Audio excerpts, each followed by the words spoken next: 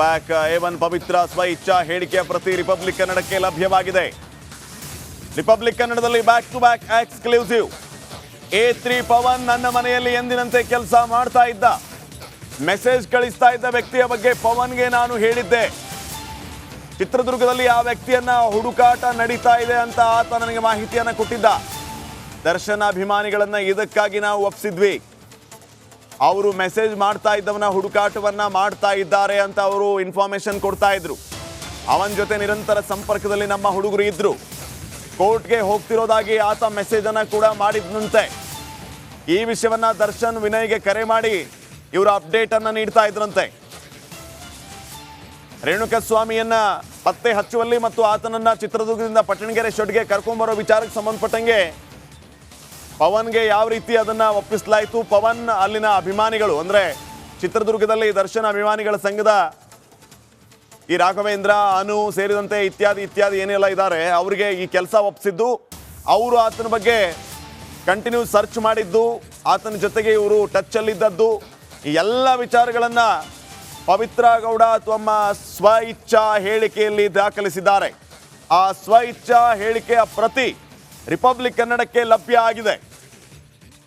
ಪವನ್ಗೆ ಈತ ಈ ರೀತಿ ಮೆಸೇಜ್ ಮಾಡ್ತಾ ಇರೋದು, ಈತನನ್ನ ಪತ್ತೆ ಹಚ್ಚಬೇಕು ಅನ್ನೋದ್ರ ಬಗ್ಗೆ ಸ್ವತಃ ಪವಿತ್ರ ಗೌಡ ಪವನ್ಗೆ ಹೇಳ್ತಾರಂತೆ. ಪವನ್ ಈತನನ್ನ ಪತ್ತೆ ಹಚ್ಚುವಂತಹ ಕೆಲಸಕ್ಕೆ ಮುಂದಾಗ್ತಾರೆ. ಈ ಕೆಲಸಕ್ಕಾಗಿ ಚಿತ್ರದುರ್ಗದ ಈ ದರ್ಶನ ಅಭಿಮಾನಿಗಳ ಸಂಘದ ಹುಡುಗರಿಗೆ ಒಪ್ಪಿಸುವಂತ ಕೆಲಸ ಆಗುತ್ತೆ. ಅವರು ಈ ರೇಣುಕಸ್ವಾಮಿ ಯಾರು, ಈತ ಎಲ್ಲಿ ಕೆಲಸ ಮಾಡ್ತಾನೆ, ಈತನ ಕಥೆ ಏನು ಅನ್ನೋದ್ರ ಬಗ್ಗೆ ಸಂಪೂರ್ಣ ಮಾಹಿತಿಯನ್ನು ಕಲೆ ಹಾಕುವ ಕೆಲಸ ಮಾಡ್ತಾರೆ. ಸೊ ಇವತ್ತೇನಾಯಿತು, ಇವತ್ತು ಏನೆಲ್ಲ ಬೆಳವಣಿಗೆ ಆಯಿತು ಅನ್ನೋದನ್ನ ಎವ್ರಿ ಡೇ ದರ್ಶನ್ಗೆ ವಿನಯ್ಗೆ ಮಾಹಿತಿಯನ್ನು ತಿಳಿಸುವಂತಹ ಕೆಲಸ ಇದೇ ಹುಡುಗರಿಂದ ಆಗ್ತಾ ಇರುತ್ತೆ. ಫೈನಲಿ ಆತನನ್ನು ಪತ್ತೆ ಹಚ್ಚಲಾಗುತ್ತೆ. ಆತ ಎಲ್ಲಿ ಕೆಲಸ ಮಾಡ್ತಾ ಇದ್ದ, ಏನು ಕೆಲಸ ಮಾಡ್ತಾ ಇದ್ದ, ಆತನ ನಂಬರನ್ನು ಪತ್ತೆ ಹಚ್ಚಿದ್ದು, ಮತ್ತೆ ಈತನೇ ರೇಣುಕಸ್ವಾಮಿ ಆತನ ಅಂತ ಆತನ ಫೋಟೋನ ತೆಗೆದು ಕಳಿಸಿದ್ದು, ಕನ್ಫರ್ಮ್ ಮಾಡಿಕೊಂಡಿದ್ದು. ಕನ್ಫರ್ಮ್ ಆದಮೇಲೆ ಆತನನ್ನು ಕಿಡ್ನ್ಯಾಪ್ ಮಾಡಿ ಪಟ್ಟಣಗೆರೆ ಶೆಡ್ಗೆ ಕರ್ಕೊಂಡು ಬಂದಿದ್ದು. ಪಟ್ಟಣಗೆರೆ ಶೆಡ್ನಲ್ಲಿ ಕರ್ಕೊಂಡು ಬಂದ ನಂತರ ಏನೆಲ್ಲ ಆಯಿತು ಅನ್ನೋ ತಮಗೆಲ್ಲ ಗೊತ್ತಿರೋ ವಿಚಾರವೇ. ಈಗ ಪವಿತ್ರ ಗೌಡ ಸ್ವ ಇಚ್ಛಾ ಹೇಳಿಕೆಯಲ್ಲಿ ಈ ಎಲ್ಲ ವಿಚಾರಗಳನ್ನು ಉಲ್ಲೇಖ ಮಾಡಿದ್ದಾರೆ. ಇವರೇ ನಂಬರನ್ನು ಕಳಿಸೋದು, ಕಾಲ್ ಮೀ ಅಂತ ಹೇಳೋದು, ಡ್ರಾಪ್ ಮೀ ಯುವರ್ ನಂಬರ್ ಅಂತ ಮೆಸೇಜನ್ನು ಕಳಿಸಿರೋದು, ಈ ಎಲ್ಲ ವಿಚಾರಗಳು ಕೂಡ ಸ್ವ ಇಚ್ಛಾ ಹೇಳಿಕೆಯಲ್ಲಿ ಉಲ್ಲೇಖ ಆಗಿದೆ. ಈ ರೀತಿ ಮೆಸೇಜ್ ಮಾಡ್ತಾ ಇದ್ದ ವ್ಯಕ್ತಿಯನ್ನು ಪತ್ತೆ ಮಾಡುವಂತೆ ತಿಳಿಸಿದಲ್ಲದೆ ಮುಂದುವರೆದು ಈ ವಿಷಯವನ್ನು ದರ್ಶನ್ ಅವರಿಗೆ ತಿಳಿಸ್ತೇನೆ ಅಂತ ಹೇಳಿರ್ತಾರೆ. ಇದಾದ ಮಾರನೇ ದಿನ ಅಂದರೆ 6/6/2024 ತಾರೀಕು ಪವನ್ ನನ್ನ ಬಳಿ ಬಂದು ಮೆಸೇಜ್ ಮಾಡ್ತಾ ಇದ್ದ ವ್ಯಕ್ತಿಯನ್ನು ಹುಡುಕೋದಕ್ಕೆ ತನ್ನ ಸ್ನೇಹಿತರಾದ ನಂದೀಶ್ನಿಗೆ ಹಾಗೂ ದರ್ಶನ್ ಹತ್ತಿರ ಸಿವಿಲ್ ವರ್ಕ್ ಮಾಡ್ತಾ ಇದ್ದ ತೌಸಿಫ್ ಅನ್ನೋರಿಗೆ ಕರೆ ಮಾಡಿ ಜಿಗಣಿಯ ಅಪೋಲೋ ಫಾರ್ಮಸಿಯ ಬಳಿ ಹೋಗಿ ಹುಡುಕುವಂತೆ ನೇಮಿಸಿರುವುದಾಗಿ ನನಗೆ ಪವನ್ ತಿಳಿಸಿರ್ತಾನೆ ಅಂತ ಪವಿತ್ರ ಗೌಡ ತಮ್ಮ ಸ್ವ ಇಚ್ಛಾ ಹೇಳಿಕೆಯಲ್ಲಿ ಹೇಳ್ಕೊಳ್ತಾರೆ. ನಂತರ ಅದೇ ದಿನ ರೇಣುಕಸ್ವಾಮಿಯು ಪವಿತ್ರ ಗೌಡ ಆದ ನಾನು ಎಂದುಕೊಂಡು ಪವನ್ಗೆ ವಾಟ್ಸಪ್ ಮೂಲಕ ತನ್ನ ಚಿತ್ರದುರ್ಗದ ಮನೆಯ ವಿಳಾಸ, ತಾನು ಕೆಲಸ ಮಾಡ್ತಾ ಇದ್ದ ಚಿತ್ರದುರ್ಗದ ಅಪೋಲೋ ಫಾರ್ಮಸಿಯ ವಿಳಾಸ ಮತ್ತು ಲೊಕೇಶನ್ ಅನ್ನು ಕಳಿಸಿರೋ ಬಗ್ಗೆ ಪವನ್ ನನ್ನ ಬಳಿ ಚರ್ಚೆ ಮಾಡಿರುತ್ತಾನೆ. ನೋಡಿ, ಗೌತಮ್ ಹೆಸರಲ್ಲಿ ಮೆಸೇಜ್ ಮಾಡ್ತಾ ಇದ್ದ ರೇಣುಕಸ್ವಾಮಿ ಕಪ್ಪು ಬಣ್ಣದ ಸ್ಕಾರ್ಪಿಯೋದಲ್ಲಿ ನಮ್ಮ ಮನೆ ಬಳಿ ಬಂದಿದ್ರು. ದರ್ಶನ್, ಪ್ರದೋಷ್, ವಿನಯ್ ಮನೆ ಹತ್ರ ಬಂದಿದ್ರು. ನಾನು ದರ್ಶನ್ ಪಕ್ಕ ಕಾರಲ್ಲಿ ಕುಳಿತುಕೊಂಡೆ. 4 ಮಂದಿ 4:50 ಸುಮಾರಿಗೆ ಶೆಡ್ಗೆ ಹೋಗಿದ್ವಿ. ಅಂದರೆ ಆ ರೇಣುಕಸ್ವಾಮಿಯನ್ನ ಶೆಡ್ಗೆ ಕರ್ಕೊಂಡು ಬಂದ ಮೇಲೆ ದರ್ಶನ್ ಕೆಲಸಗಾರ ನಂದೀಶ್, ಸಿವಿಲ್ ಕೆಲಸ ನೋಡ್ತಾ ಇದ್ದ ತೌಸೀಫ್ ಇತ್ಯಾದಿ ಹುಡುಗರಿಗೆ ಈತನನ್ನು ಪತ್ತೆ ಹಚ್ಚುವ ಕೆಲಸವನ್ನು ಒಪ್ಪಿಸಲಾಗುತ್ತೆ. ಮೆಸೇಜ್ ಮಾಡಿದ್ದ ಗೌತಮನನ್ನು ಕಿಡ್ನ್ಯಾಪ್ ಮಾಡಲಾಗುತ್ತೆ. ಗೌತಮ್ ಹೆಸರಲ್ಲಿ ಇದೇ ರೇಣುಕಸ್ವಾಮಿ ಮೆಸೇಜ್ ಮಾಡ್ತಾ ಇದ್ದ ಅನ್ನೋಂಥ ವಿಚಾರ ಆಮೇಲೆ ಗೊತ್ತಾಗುತ್ತೆ. ಈತನನ್ನು ಕಿಡ್ನ್ಯಾಪ್ ಮಾಡಿ ಪಟ್ಟಣಗೆರೆ ಶೆಡ್ಗೆ ಕರ್ಕೊಂಡು ಬಂದ ಮೇಲೆ ದರ್ಶನ್, ಪ್ರದೋಷ್, ವಿನಯ್ ಮತ್ತೆ ಇನ್ನುಳಿದವರು ಮನೆ ಹತ್ರ ಬಂದಿದ್ರು. ನಾನು ದರ್ಶನ್ ಪಕ್ಕ ಕಾರಲ್ಲಿ ಕುಳಿತುಕೊಂಡೆ. ಎಲ್ಲರೂ ಸೇರಿ 4:50 ಸುಮಾರಿಗೆ ಶೆಡ್ಗೆ ಹೋಗಿದ್ವಿ. 4 ಮಂದಿ, ವಿನಯ್, ಪ್ರದೋಷ್, ನಾನು ಮತ್ತು ದರ್ಶನ್, ಅಂದರೆ 4 ಜನ. ಪವಿತ್ರ ಗೌಡ ಕೊಟ್ಟಿರುವ ಸ್ವ ಇಚ್ಛೆ ಹೇಳಿಕೆ ಇದು. ಪವಿತ್ರ ಗೌಡ, ದರ್ಶನ್, ಪ್ರದೋಷ್ ಮತ್ತು ವಿನಯ್ 4:50 ಸುಮಾರಿಗೆ ಶೆಡ್ಗೆ ಹೋಗ್ತಾರೆ. ಗೌತಮ್ ಹೆಸರಲ್ಲಿ ಮೆಸೇಜ್ ಮಾಡ್ತಾ ಇದ್ದ ರೇಣುಕಸ್ವಾಮಿಯನ್ನ ಶೆಡ್ಗೆ ಕರ್ಕೊಂಡು ಬರಲಾಗುತ್ತೆ. ಆತನೇ ರೇಣುಕಸ್ವಾಮಿ ಅನ್ನೋದು ಖಾತ್ರಿ ಆಗುತ್ತೆ. ಆತನನ್ನು ಶೆಡ್ಗೆ ಕರ್ಕೊಂಡು ಬರಲಾಗಿದೆ ಅನ್ನುವಂತಹ ವಿಷಯವನ್ನು ಹುಡುಗರು ತಿಳಿಸ್ತಾ ಇದ್ದಂತೆ ಈ ವಿನಯ್, ಪ್ರದೋಷ್ ಮತ್ತು ದರ್ಶನ್ ನಮ್ಮ ಮನೆ ಹತ್ರ ಬಂದರು. ನಾನು ದರ್ಶನ್ ಅಂದರೆ ಪವಿತ್ರ ಗೌಡ ಮತ್ತು ದರ್ಶನ್, ಪ್ರದೋಷ್ ಮತ್ತು ವಿನಯ್ 4:50 ಸುಮಾರಿಗೆ ನಾವು ಪಟ್ಟಣಗೆರೆ ಶೆಡ್ಗೆ ಹೋದ್ವಿ ಅನ್ನುವಂತಹ ವಿಚಾರವನ್ನು ಪವಿತ್ರ ಗೌಡ ತಮ್ಮ ಸ್ವಇಚ್ಛಾ ಹೇಳಿಕೆಯಲ್ಲಿ ದಾಖಲಿಸಿದ್ದಾರೆ. ಇನ್ನು ಈಗಾಗಲೇ ಇನ್ನಷ್ಟು ವಿಷಯಗಳನ್ನು ತಿಳಿಸ್ತಾ ಇದ್ದೆ ನಾನು. ಆ ಸ್ವಇಚ್ಛಾ ಹೇಳಿಕೆಯ ಪ್ರತಿಯಲ್ಲಿ ಏನೆಲ್ಲ ಇದೆ ಅಂತ ಹೇಳಿ, ಆತನ ಲೊಕೇಶನ್ ಗೊತ್ತಾಗಿದೆ, ಆತ ಯಾರು ಅಂತ ಗೊತ್ತಾಗಿದೆ, ಈತ ಚಿತ್ರದುರ್ಗದಲ್ಲಿ ಇರೋನು ಅನ್ನುವಂಥದ್ದು ಗೊತ್ತಾಗಿದೆ ಅಂತ ಪವಿತ್ರ ಗೌಡ ಹತ್ರ ಚರ್ಚೆಯನ್ನು ಮಾಡಿದ ನಂತರ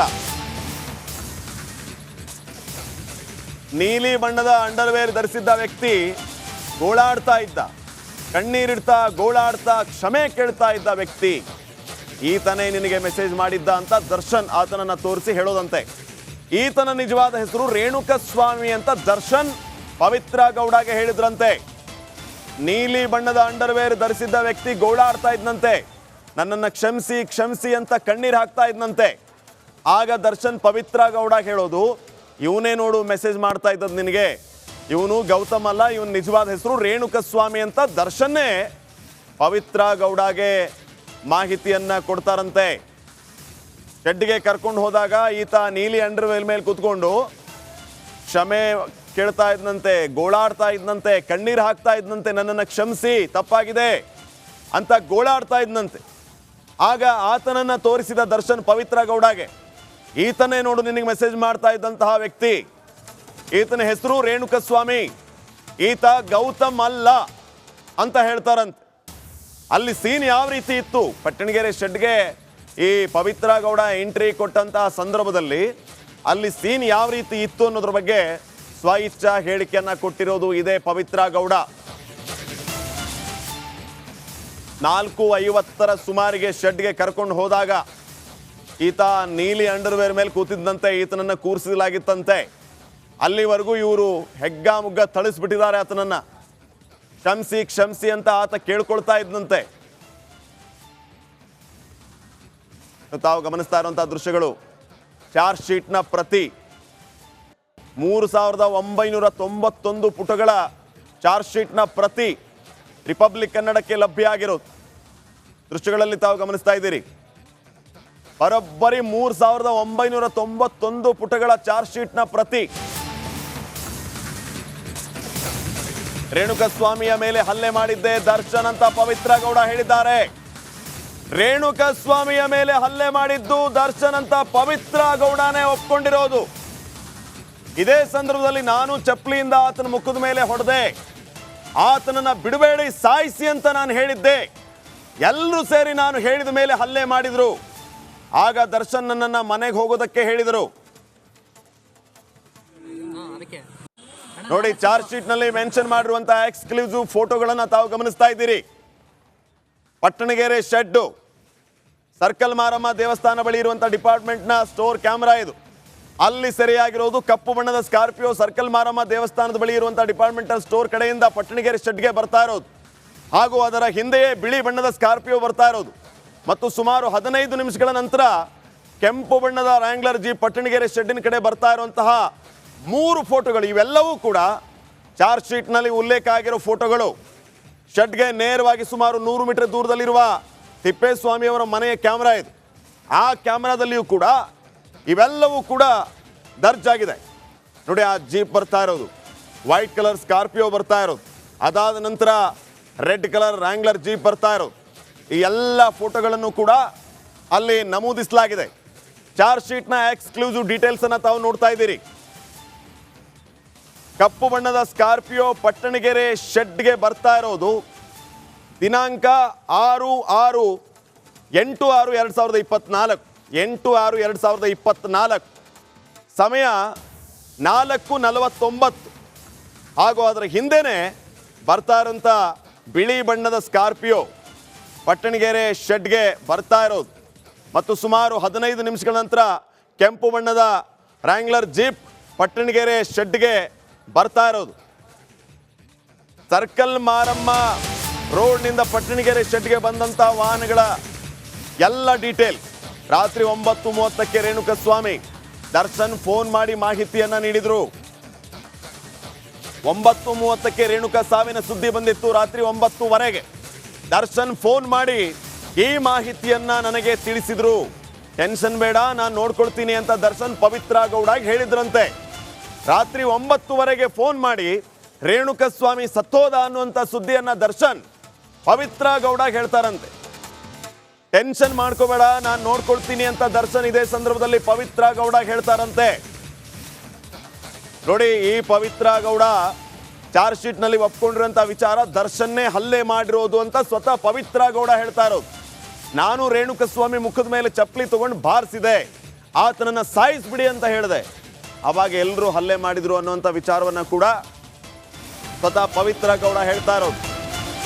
ನೋಡಿ, ಇವೆಲ್ಲವೂ ಕೂಡ ಈ ಡಿ ಗ್ಯಾಂಗ್ಗೆ 100ಕ್ಕೆ 100ರಷ್ಟು ಮುಳುವಾಗೋದ್ರಲ್ಲಿ ಯಾವುದೇ ರೀತಿಯ ಸಂಶಯ ಇಲ್ಲ.